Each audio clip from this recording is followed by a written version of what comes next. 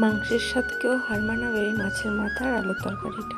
তো প্রথমে আমি মাছের মাথাগুলো ভালো করে ধুয়ে বেছে নিয়েছিলাম এবং বড় বড় করে আলু কেটে নিয়েছিলাম আর মশলাগুলোও কেটে নিয়েছিলাম। এবার মাছের মাথার উপরে নুন হলুদ দিয়ে রেখেছি। তারপরে তার কড়াইতে তেল দিয়ে তেল গরম হয়ে গেলে নুন হলুদ দেওয়া মাছের মাথাগুলো ভালো করে মেখে নিয়ে একে একে সবগুলো তেলে দিয়ে ভেজে নিচ্ছিলাম। তারপর এক সাইডে আমি মিক্সি বাটিতে যে মশলাগুলো লাগবে ওই মশলাগুলো দিয়ে দিয়েছিলাম। জিরে, টমেটো, আদা, রসুন দিয়ে একটা ভালো পেস্ট করে নিয়েছিলাম। তারপর মাছের মাথাগুলো ভাজা হয়ে গেলে ওই একই তেলের ভিতরে আমি বড় বড় করে কেটে রাখা আলুগুলো দিয়ে দিয়েছিলাম।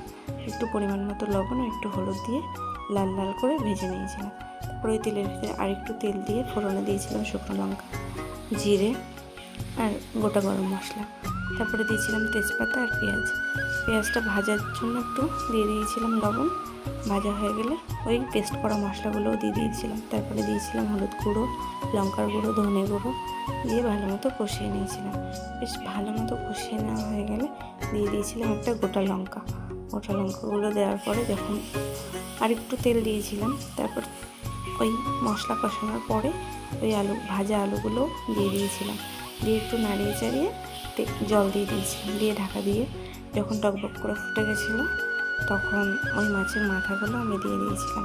তারপর আবারও ঢাকা দিয়ে দিয়েছিলাম। তারপর বেশ ভালো মতো ফুটে যখন ঝোলটা এরকম ঘন হয়ে যাবে তখন গরম মশলা দিয়ে নামিয়ে নিলে রেডি হয়ে যায় মাছের মাথা আর আলুর ঝোল। তো এই মাছের মাথা তরকারিটা একবার বাড়িতে বানিয়ে খেয়ে জানিও কিন্তু কেমন হয়েছে। খুব টেস্টি হয়।